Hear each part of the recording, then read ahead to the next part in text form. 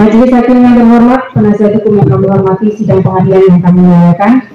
Pertama-tama kami ucapkan terima kasih atas perkenan Majelis Hakim kepada kami untuk menanggapi pembelaan yang diajukan oleh penasihat hukum terdakwa maupun oleh terdakwa sendiri. Bahwa mulai dari dengan seksama uraian pembelaan dari penasihat hukum maupun dari terdakwa yang disampaikan pada persidangan tanggal 28 Maret 2023, kami akan menanggapinya sebagai berikut. A. Pembelaan dari penasihat hukum terdakwa. Bahwa dalam memori atau pembelaannya, penasihat hukum terdakwa memakai judul 10 tahun penjara tuntutan untuk mengkritik ijazah palsu Presiden Jokowi. Apa kabar kebohongan mobil SMK? Ayolah Pak Jokowi tunjukkan ijazah aslinya. Terhadap pembelaan ini, menurut kami adalah pembelaan yang mengada-ada dan di luar konteks karena apa hubungannya mobil SMK dengan perkara tindak pidana yang didakwakan kepada terdakwa Sugi Nur Raharja alias Gus Nur. Kalau kita pelajari dalam pembelaan yang disampaikan oleh penasihat hukum terdakwa setebal 233 halaman, banyak sekali hal-hal yang disampaikan yang sebenarnya tidak ada kaitannya dengan perkara ini. Sebagai contoh, apa yang disampaikan oleh penasihat hukum terdakwa dalam halaman 30 sampai dengan 34, di mana penasihat hukum terdakwa menyampaikan mengenai janji Jokowi JK, besarkan Pertamina, kalahkan Petronas selama 5 tahun. Jokowi janjikan bangun 50.000 puskesmas, swasembada pangan, membuat Bank Tani untuk mengurangi impor pangan. Jokowi janji cetak 10 juta lapangan kerja jika jadi presiden. Jokowi janji buka 3 juta lahan pertanian. Jokowi janji batasi bank asing, berjanji membangun tol laut dari Aceh hingga Papua, membenahi Jakarta, macet, banjir, dan lain-lain, menurunkan harga sembako, meningkatkan kualitas dan kuantitas program raskin, dan sebagainya. Bahwa dalam nota pembelaan halaman 14, penasihat hukum terdakwa pada pokoknya menyatakan, dalam kasus ini terdakwa Gus Nur dituntut secara maksimum oleh saudara jaksa penuntut umum dengan 10 tahun penjara karena dianggap telah menyebarkan kabar bohong dan menerbitkan keonaran di kalangan rakyat secara bersama-sama, sehingga dianggap terbukti secara sah dan meyakinkan telah memenuhi unsur pidana berdasarkan pasal 14 ayat 1 Undang-Undang Nomor 1 Tahun 1946 tentang Peraturan Hukum Pidana, junto pasal 55 ayat 1 ke 1 KUHP. Tuntutan yang mengkonfirmasi adanya kebingungan dan dendam persis sebagaimana dijelaskan oleh ahli filsafat hukum dan HAM Rocky Gerung. Bingung karena menuntut ijazah palsu sebagai kebohongan, padahal jaksa tidak dapat menghadirkan 1 lembar pun ijazah milik Jokowi. Dendam karena jaksa menggunakan tuntutan maksimum yang tuntutan ini tidak pernah digunakan dalam kasus apapun.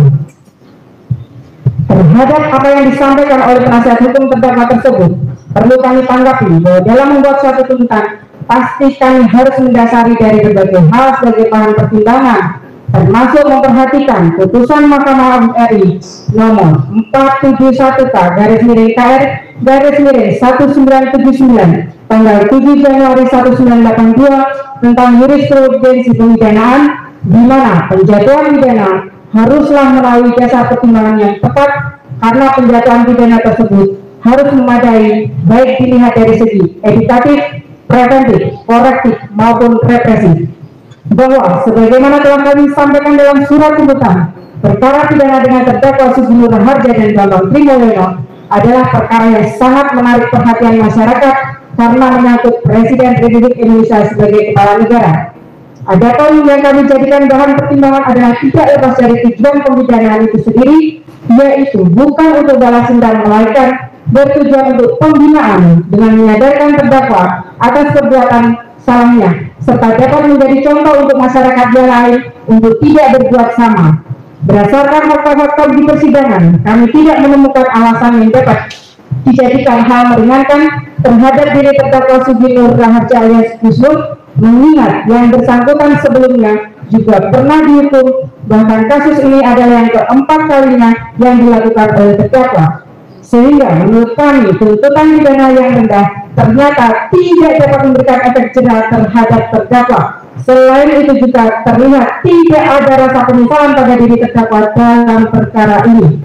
Bahwa dalam jalannya persidangan, penasihat hukum terdakwa telah bertingkah laku secara tidak beretika, tidak patut, tidak menghormati pengadilan, baik ditujukan kepada jaksa penuntut umum maupun majelis hakim, di mana seorang advokat dalam menjalankan tugas profesinya telah diatur dalam pasal 6 Undang-Undang Nomor 8 Tahun 2003 tentang advokat yang menerangkan advokat dapat dikenai tindakan dengan alasan a. berbuat atau bertingkah laku yang tidak patuh terhadap lawan atau rekan seprofesinya, c. bersikap bertingkah laku, bertutur kata atau mengeluarkan pernyataan yang menunjukkan sikap tidak hormat terhadap hukum, peraturan perundang-undangan atau pengadilan.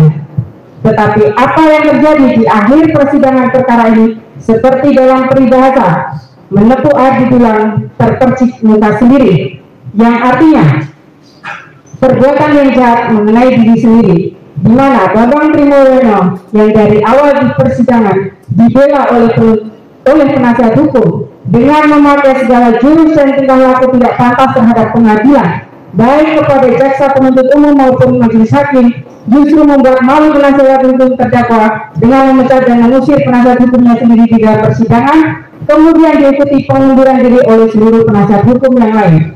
Hal tersebut karena Bambang Trimulyono merasa penasihat hukum tidak mampu bekerja, membela kliennya dengan menghadirkan bukti-bukti yang membenarkan tuduhan Bambang Tri di depan persidangan. Lebih parahnya lagi, penasihat hukum terdakwa di depan persidangan meminta majelis hakim untuk memeriksa kejiwaan dari Bambang Trimulyono.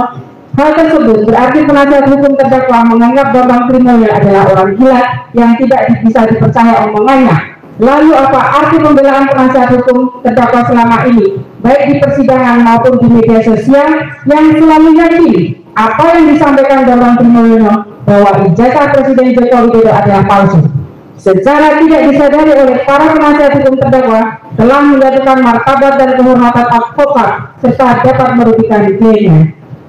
Dengan tidak dapat dibantahnya bukti-bukti yang dihadirkan penuntut umum sebagaimana telah kami uraikan secara komprehensif dalam surat tuntutan oleh penasihat hukum, serta tidak adanya bukti-bukti tentang tuduhan ijazah palsu Presiden Joko Widodo yang dapat ditunjukkan oleh penasihat hukum di depan persidangan, ditambah sikap tingkah laku para penasihat hukum yang tidak beretika, tidak patut, tidak menghormati pengadilan, baik kepada jaksa penuntut umum maupun majelis hakim, maka tuntutan pidana penjara 10 tahun kami anggap telah pantas diberikan kepada terdakwa.